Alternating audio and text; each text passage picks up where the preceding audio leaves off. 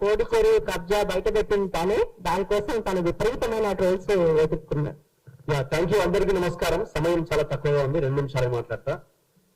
So ఈ సభ ద్వారా మనం ఫస్ట్ చేయాల్సిన తీర్మానం ఏంటంటే, ఫర్దర్ మనం ఏం జరిగినా, ఇట్లాంటివి ఏం జరిగినా కూడా ఇమ్మీడియట్ గా మనం యాక్షన్ లోకి దిగడానికి ఒక ప్రణాళిక ఈ సమావేశం తర్వాత రూపొందించాల్సిన అవసరం ఉంది. ఒక టీమ్ ఆర్ సంథింగ్ ఇమ్మీడియట్ గా డీజీపీని కలవడము ఆర్ కన్సర్న్ డిపార్ట్మెంట్ ఆఫీసర్స్ ని కలవడానికి తక్షణమే మనం ఏం యాక్షన్ లోకి దిగాలన్నది ఒక ప్రణాళిక రూపొందించాలి ఇట్లాంటివి వచ్చినప్పుడు. సో ఆ నిర్ణయం మనం తీసుకోవాల్సిన అవసరం ఉంది.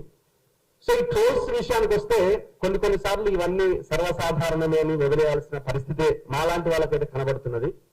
ఫర్ ఎగ్జాంపుల్, మేము ఇప్పుడు పవన్ కళ్యాణ్ కోడి చెరువు కబ్జా విషయం మేము బయటకు తీసుకొచ్చినప్పుడు ఆయన బెంగళూరు కోర్టుకు వెళ్ళి ఒక ఆర్డర్ తెచ్చుకున్నాడు. ఇక్కడ లేదట కోర్టు, బెంగళూరు దాకా పోయింది ఆయన.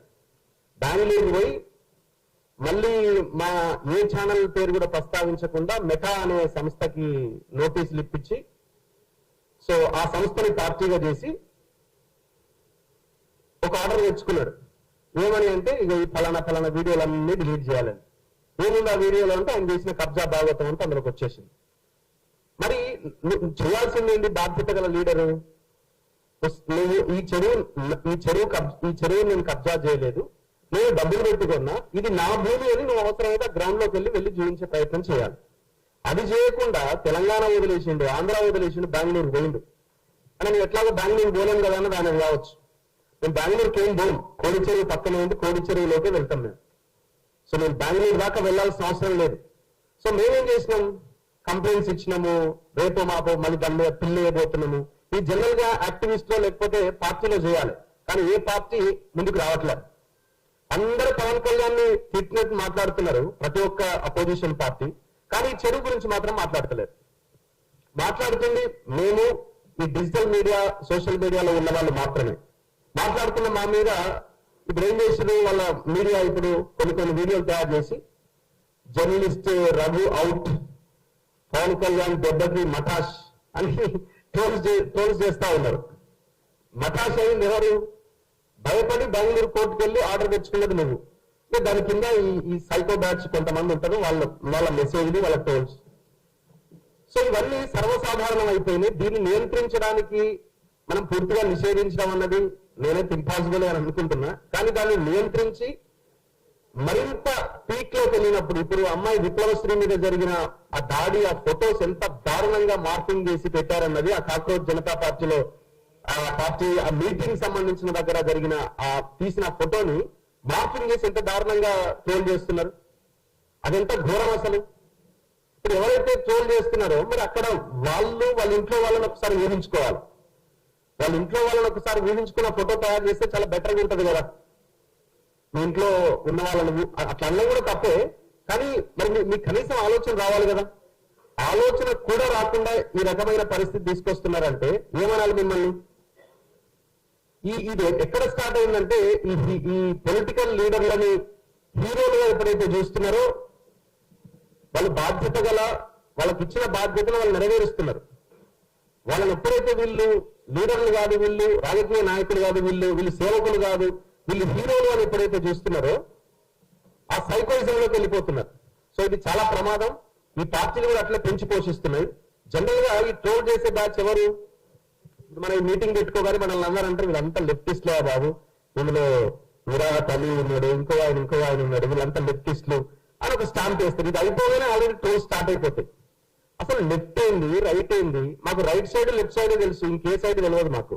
అంటే ఇంకే యాంగిల్ తెలియదు మాకు. సో మనిషి కష్టాల్లో ఉన్నాడు, ప్రభుత్వాలు ఏం చేస్తున్నాయి, ఒక జర్నలిస్ట్ కి అది మాత్రమే ఉంటుంది తప్ప లెఫ్ట్ రైట్ ఏంది? రైట్ వింగ్ లో ఉన్న వాళ్ళు కష్టాలు పడ. రైతు గారు ఒక హనుమాన్ విగ్రహం 3 ముక్కలు చేస్తే మేమే కదా పోయి రిపోర్ట్ చేసింది. 700 ఏళ్ల కింద శివాలయాన్ని కూల్ చేస్తే మేమే కదా వెళ్ళి రిపోర్ట్ చేసింది. మీరేం చేశారు? మీరు ఒక కాంగ్రెస్ లీడరు హనుమాన్ టెంపుల్ ని కూల్ చేసి, రియల్ ఎస్టేట్ ఎక్కడ మీరు రంజిత్ రెడ్డి కూల్ చేస్తే ఈ దొంగ లీడర్లు అంటే 25 కోట్లు విన్నారు. పొద్దున వేస్తే మళ్ళీ ఇదే మాట్లాడతారు. 25 crores లిటరల్ గా. ఇది నేను చెప్తున్న మాట కాదు, మళ్ళీ వాళ్ళ అంటే అదే ధర్మం కోసం కొట్లాడుతున్న ఇంకొక సంఘం ఏదైతే ఉందో వాళ్ళే వచ్చి ఆరోపణ చేసి నా స్టూడియోలో నేను ఇట్లా 25 కోట్లు విన్నారన్న జర మాట్లాడాలి, మళ్ళీ మన దగ్గరికి వచ్చారు. అందులో ఫోన్ చేస్తే ఆయన ఒక ఆయన స్వామీజీ మాట్లాడిన నిజమే తిన్నారు, ఆయన 5 కోట్లు తీసుకుని నేను 5 కోట్లు తీసుకున్నాను లైవ్ లో చెప్పింది. మరి ఎక్కడ పోతున్నది? మీరే గుడి పేరుతోనే 25 కోట్లు మింగిన తర్వాత ఏం సమాధానం చెప్తారు? రామానాయుడు స్టూడియో దగ్గర మేము పోయిన ఏ ప్లేస్ కైనా మీరు వచ్చేదా? దాన్ని రాజకీయంగా వాడుకోవడం తప్ప మేము చేస్తున్న ఇంకొకటి ఏమంటున్నారు? ఫాతిమా కాలేజ్ దగ్గర పోయినా, అరే బాబు పోయింది నేనే, వీడియోలు చేసింది నేనే, అడుగుతున్నది కూడా నేనే. మళ్ళీ మొన్న రీసెంట్ గా మీరు ఎవరు ఆయన ఖమ్మం కేసుకు సంబంధించి దాని గురించి మాట్లాడినవా? పొద్దున్న లేస్తే మాట్లాడుతున్నాం, మార్నింగ్ 7 o'clock ఆ వీడియో స్టార్ట్ చేసింది ఇంకా వీళ్ళు ఎదురుగులేకపోయింటారు అప్పటికి. అని మాట్లాడినవా? అది ఎందుకు మాట్లాడలే? అరే వీడియో ఉన్న చూడరాని మళ్ళీ మనం చెప్పుకోవాల్సిన పరిస్థితి వస్తున్నది. అంతే, దాన్ని మళ్ళీ మనం చెప్పుకోవాల్సి వస్తున్నది.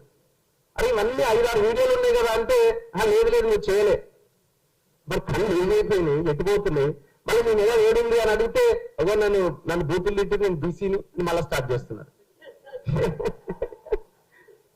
అసలు ఏది మీ ఆలోచన? అసలు ఎంత దారుణంగా తయారయ్యారంటే అంత దారుణంగా తయారయ్యారు.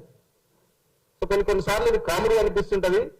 అసలు దీని గురించి మాట్లాడద్దు అనుకుంటాం సమ్ టైమ్స్, కానీ బయట ప్రచారం మొత్తం ఇష్టం వచ్చినట్టు చేసేస్తుంటారు. ఇప్పుడు నేను చెప్పిన పవన్ కళ్యాణ్ జర్నలిస్ట్ రఘు అవుట్ మఠాష్ అని పెట్టిండేవాడు. మఠాష్ పవన్ కళ్యాణ్ అయితే ఏం చేయాలని అర్థం కాక ఆగం అవుతున్నాడు. సో కాబట్టి ట్రోల్స్ సాధారణమే అయినా ఖచ్చితంగా దీన్ని ఎదుర్కోవాల్సిన అవసరం ఉంది. ధైర్యంగా నిలబడి కొట్లాడాల్సిన అవసరం ఉన్నది. ఆ దిశగా మనం ప్రయాణం చేయాలి. అవసరమైతే జేఏసీ లాంటిదో ఇంకొకటి ఏదైనా ఫామ్ చేసి ఇమీడియట్ గా మనం రియాక్ట్ అయ్యేలాగా ఉండాలి. అవకాశం కల్పించిన అందరికీ ధన్యవాదాలు. Thank you. మా పేరేంటి?